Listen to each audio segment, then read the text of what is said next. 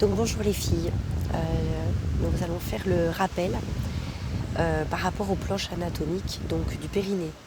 On a le périnée superficiel, celui qui peut se toucher avec la main entre la vulve et l'anus.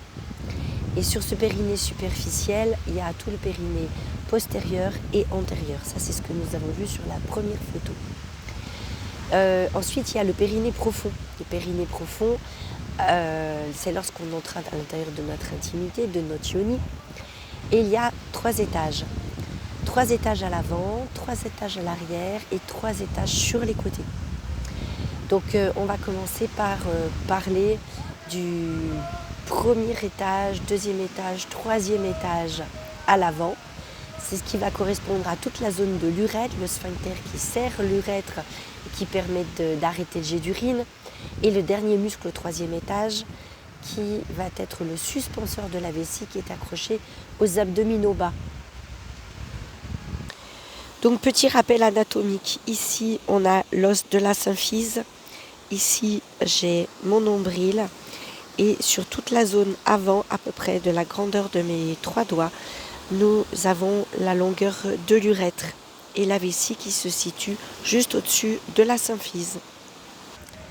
Alors pour extrapoler, je vais vous montrer en fait une analogie visuelle qui correspond en fait à mon cou et à ma tête.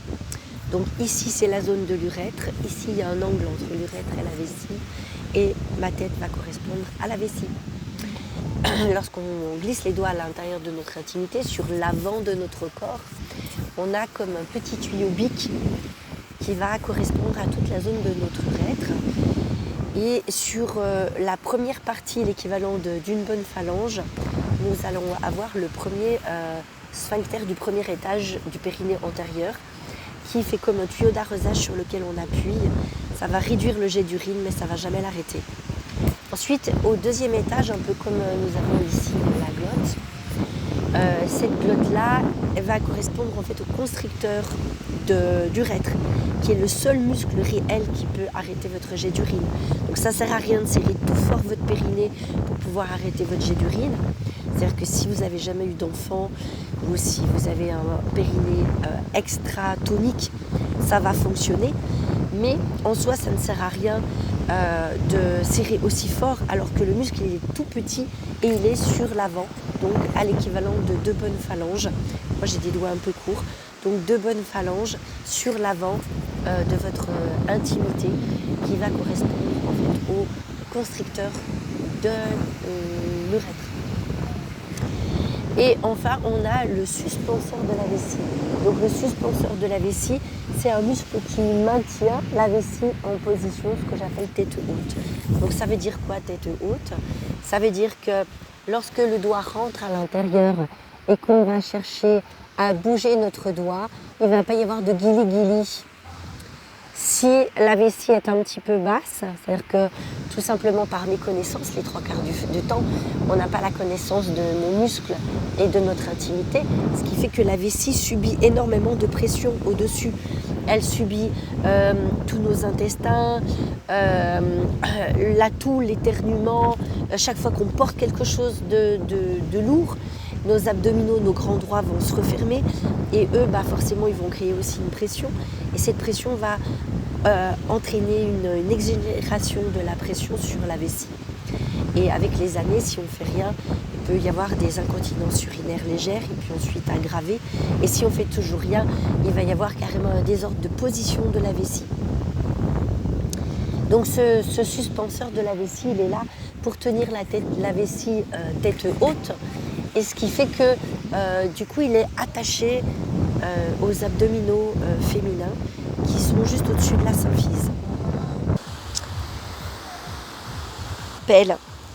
Ici, c'est l'équivalent de la culotte. C'est à ce niveau-là que se situent les abdominaux féminins. C'est un grand sourire crispé qui part pratiquement de la hanche ici et qui fait toute la zone pour les femmes qui ont une cicatrice de césarienne. C'est à peu près sur cette équivalence-là. Et pourquoi j'appelle ça le sourire crispé? Tout simplement parce que ce muscle-là, quand il se tend, il fait comme ça. C'est-à-dire qu'il va rentrer à l'intérieur et monter comme une banane qui sourit sur les côtés. Ce muscle-là, il est très très important parce que c'est là qu'est accroché le suspenseur de la vessie. Et chaque fois que vous prenez l'habitude de rentrer ce muscle-là, votre vessie automatiquement va être redressée de manière naturelle. Donc je vais vous montrer le mouvement. Donc voilà, ça fait ça. Et là, ça vient jusque là. Je peux le faire juste tout petit, comme je peux le faire en fait en agrandi, en accentué. Donc ça, c'était pour le périnée antérieur et ses 3 étages, qui est en lien bien évidemment avec notre respiration, comme tout le reste du périnée, et notre diaphragme, qui va du coup soit à l'inspiration accueillir notre inspiration jusque dans notre ventre et dans notre périnée, et à l'expiration, les 2 grandes portes du périnée superficiel vont se refermer et remonter.